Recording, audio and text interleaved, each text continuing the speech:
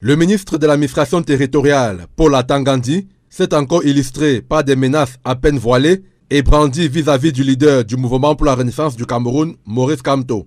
En marge de l'ouverture de la conférence semestrielle des gouverneurs de région, le ministre de l'administration territoriale a remis en cause les compétences des techniciens du droit qui ont ces derniers temps soutenu la possibilité pour le MRC d'investir directement un candidat.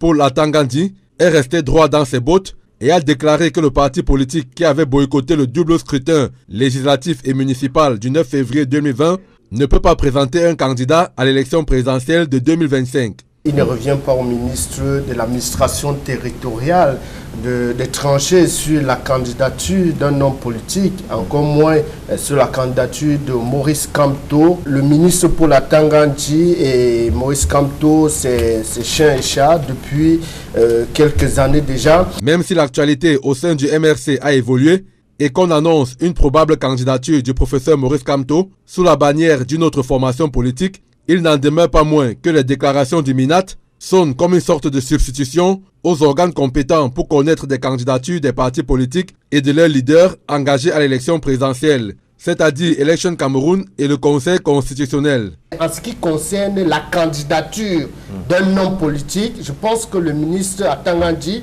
fait un peu de la surenchère et c'est une sorte d'intimidation qui ne devrait pas avoir sa place là parce qu'il revient à l'élection Cameroun de trancher ou pas si le professeur Maurice Kamto serait candidat ou pas. Paul Atangandi menace de mettre en marche son fameux Moulinex au cas où certains ne voudraient pas s'aligner.